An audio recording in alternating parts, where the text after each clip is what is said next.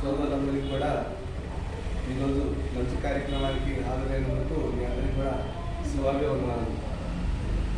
మరి అలాగే మన ఈ రోజున ఈ రూమ్ కట్టి కూర్చున్నాం అన్న కానీ మనకంటూ ఒక సంఘం ఉంది అని చెప్పుకోవడానికి కానీ పాత మనుషులు ఫౌండర్స్ ఉన్నారు. అందులో ముఖ్యుడు మన మునుగోటి వెంకటేశ్వరరావు.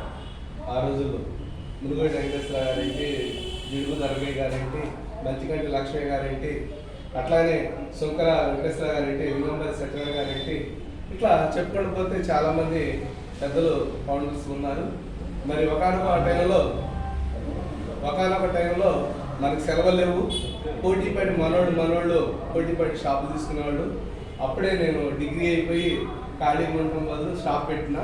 నాకు అనిపించింది మనం పోటీ పడితే ఎవరికి మనశ్శాంతి అనేది లేదు. పొద్దాలు కష్టపడ్డాం, ఉదయం పోతే 6ంటికి వస్తే రేపు 10 దాకా కష్టపడుతున్నారు. మరి విశ్రాంతి లేకపోతే భవిష్యత్తులో ఆయుష్ అనేది తగ్గుద్ది, మానసిక శోభ అనేది పెరుగుద్ది అనే ఆలోచనతో నేను మునుగోటి వెంకటేశ్వర గారు మొట్టమొదటిసారిగా సంఘాన్ని బలోపేతం చేసి దానికోసం మేమిద్దరం ఒక అధ్యక్ష కార్యదర్శులుగా ఉన్నాం. ఆ రోజున ఒకటే నిర్ణయం తీసుకున్నాం, ఖచ్చితంగా ఒకసారి వారం సెలవు అంటే కలవదని చెప్పేసి మిగుడు పడతానే ఉద్దేశంతో నెలకు ఒకసారి బంద్ అని చెప్పి పెట్టుకున్నాం. స్టార్టింగ్లో దాన్ని కంటిన్యూషన్ చేస్తా సంఘాన్ని మొత్తాన్ని, కులాన్ని మొత్తం ఒకటి చేసినాం. ఆ సందర్భంగానే కొన్నాళ్ళ తర్వాత వారానికి ఒకసారి బంధు పిలిపివ్వడం జరిగింది. ఆ టైంలో కూడా అందరూ కూడా ఐకమత్యంగా కలిసి మనం ఒక పెద్ద గొప్ప కార్యక్రమాన్ని చేపట్టడం జరిగింది.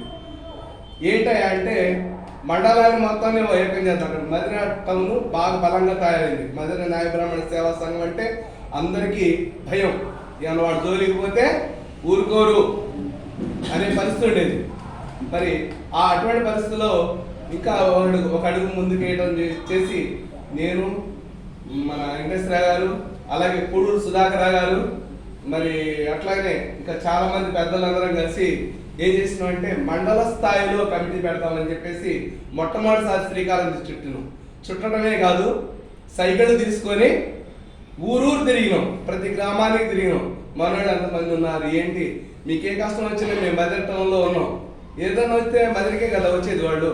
కాబట్టి మదర్లో ఏమన్నా మీకు సమస్య వచ్చినప్పుడల్లా మా దగ్గర రండి, మాకు చెప్పుకోండి, మేము ఖచ్చితంగా మీకు సహకరిస్తాం, మేము మీకు అండగా ఉంటాం అని చెప్పేసి మీ ఇద్దరం కూడా ఆ రోజున చేయడం జరిగింది. అంతేకాకుండా అనేక దైవ కార్యక్రమాలని చేయడం జరిగింది. మరి ఆ రోజున న్యాయ బ్రాహ్మణులు అంటే మనల్ని చూసి వేరే కులస్తులు వాళ్ళ ఐకమత్యం కావడం జరిగింది. అసలు ఐకమత్యానికి పునాదేసింది మదిరపట్నం న్యాయ బ్రాహ్మణ సంఘం. మరి ఈ రోజునైతే నాకు బాధాకరంగా ఉంది.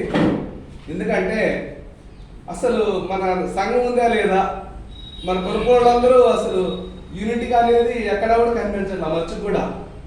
మరి ఇట్లుంటే పక్కమటి సంఘాలు చూస్తున్నాం. ఈ రోజున చిన్న ఉదాహరణ చెప్తున్నా.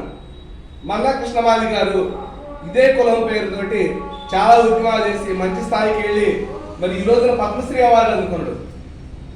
అంటే ఒక కులాన్ని నమ్ముకొని ఒక మంచి చేయడానికి పూనుకుంటే ఏదైనా ప్రతిఫలం ఉంటుంది. అది మట్టికి 100కి 100 రూపాయలు నిజం. మరి అటువంటి కార్యక్రమాల్లో మన ఇంత పెద్దమంది పెద్దలు ఉన్నాం, అన్ని తెలిసినటువంటి యువకులు ఉన్నారు, చదువుకున్న జ్ఞానులు ఉన్నారు, కానీ మనం బట్టికి ఏకంగా లేము. ఈ రోజున సంఘటితంగా లేకపోవడం నిజంగా చాలా బాధాకరం. ఇవన్నీ పక్కన పెడితే మరి ఈ రోజున సమావేశమైనటువంటి ముఖ్య కారణం అనేది మునుగోటి వెంకటేశ్వర గారికి సన్మానం చేయటం అనేది చాలా గొప్ప విషయంగా భావిస్తున్నాను. ఎందుకంటాం, గతంలో కానీ ఎప్పుడు కానీ మన మదిర పట్టణం, మదిర నగర పంచాయతీలో కానీ, మదిర మున్సిపాలిటీలో కానీ ఒక్కళ్ళు కూడా రాజకీయ పార్టీ తరఫున దమ్మున్న నాయకుడు ఒక్కడు లేడు.